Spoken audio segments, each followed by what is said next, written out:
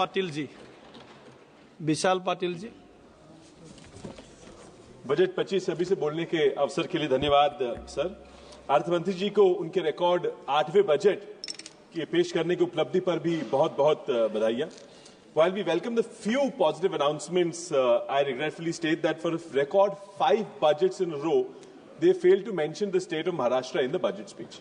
आखिर में नासिक का उल्लेख किया था 2021 में जब मेट्रो की घोषणा की थी, लेकिन पिछले 10 सालों में मेरे सांगली या पश्चिम महाराष्ट्र का नाम एक बार भी लेने का रिकॉर्ड अर्थमंत्री जी ने कायम रखा है। सर, देश के जीवीए का जो ग्रॉस वैल्यू एडिशन होता है, उसके जीवीए का 1/4 हिस्सा 24% contribution comes from Maharashtra. So I have already said that Maharashtra contributes 37% to tax, 14% to the GDP. So GVA is apparently many people say better economic figure. तो sir 37% contribute करता है, सिर्फ 6% महाराष्ट्र को वापस मिलता है। सर, लोगों को अपेक्षा थी, हाल ही में वहां महाराष्ट्र में इन्होंने सरकार बनाई है, पिछले साल लोकसभा में वोट ना मिले इसलिए शायद पिछले साल बजट में कुछ दिया नहीं था, लेकिन इस चुनाव में इस बार हाई स्ट्राइक रेट से 132 विधायक भाजपा को महाराष्ट्र की जनता ने दी है। स्वाभाविक है कि लोग उम्मीद लगाए बैठे थे कि इस बजट में कुछ तो उनको मिलेगा। सर, सांगली जैसे शहरों में स्मार्ट सिटी का इंक्लूजन करना, महाराष्ट्र में नए एयरपोर्ट्स का निर्माण करना, एआईबीपी पीएमजीएसवाई में सिंचाई के लिए पैसा देना, महाराष्ट्र के लिए नए आईआईटीज आईआईएम्स खोलना, एमएसपी लीगलाइज करना, महंगाई सीमित रखना, ईपीएस पेंशन के लिए 7,000 की रकम देना, भूमिहीन किसानों को पीएम केएसवाई में लाना, फर्टिलाइजर सीड्स की जीएसटी हटाना, मनरेगा का न्यूनतम आय 400 रुपए करना, आशा वर्कर्स की आय बढ़ाना, ऐसे बहुत सारे डिमांड्स थे। और एक डिमांड थी कि किसानों का कर्जा माफ करना। किसानों का कर्जा माफ करने का बीजेपी ने चुनाव के पहले घोषणा तो कर दी। सर, लोग कर्जा चुकाने की स्थिति में नहीं है, जो चुका सकते हैं अब वो भी चुका नहीं रहे क्योंकि घोषणा सुन दी कि कर्जा माफ होने वाला है। सर, महाराष्ट्र की इस वजह से ग्रामीण व्यवस्था पूरी वेंटिलेटर पर चली गई है, कोई कर्ज नहीं भर रहा है, कर्ज मिल भी नहीं रहा। सर, क्या बजट में इस बारे में कुछ तो बोलना सरकार की जिम्मेदारी नहीं थी? मैं पूछना चाहता हूं, क्या सरकार किसानों का कर्जा माफ करेगा या नहीं?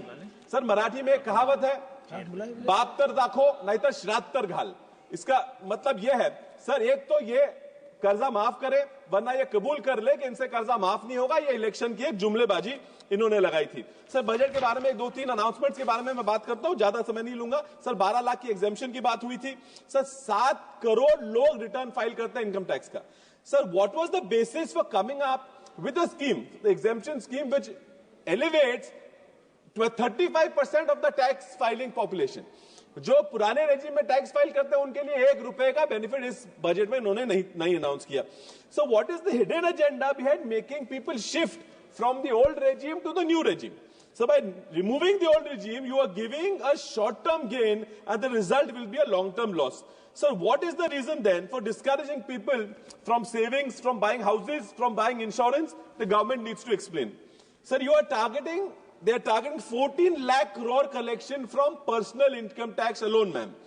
Sir, therefore, they are proposing to collect 35% more tax from individuals than they are proposing to collect from the entire corporate world. सारे अडानी, अंबानी, रिलायंस, बिरला सब मिला के लोगों से 35% ज्यादा इनकम टैक्स कलेक्ट कर रहे हैं। Sir, the personal income tax they expecting is 25% higher than the entire GST collection of India. Sir, और कितना बोझ डालोगे मिडिल क्लास में? सर, मैं दूसरी बात में कल अनाउंस किया था, 3 लाख से 5 लाख इंटरेस्ट सब्सिडी बढ़ाई है खेती के किसानों के कर्जों के लिए। I have read through the entire budget, कहीं भी इसका एडिशनल प्रोविजन नहीं दिख रहा। Sir, is this actually an announcement just to please people? एक बोलता है फील गुड वाला, या सच्चाई में यहाँ कुछ किया है? कितने लोग पात्र हैं सर एक्स्ट्रा कर्जा लेने के लिए? 50-60 हजार रुपए एकड़ के ऊपर कर्जा ही नहीं मिलता, तो 5 लाख का कर्जा लेने के लिए 10-10 एकड़ जमीन लेने पड़ती है। सर, मेरी मैडम 10 एकड़ जमीन नहीं है। सर, फिर उन्होंने कर्जे बात की है कस्टम ड्यूटी रिडक्शन की।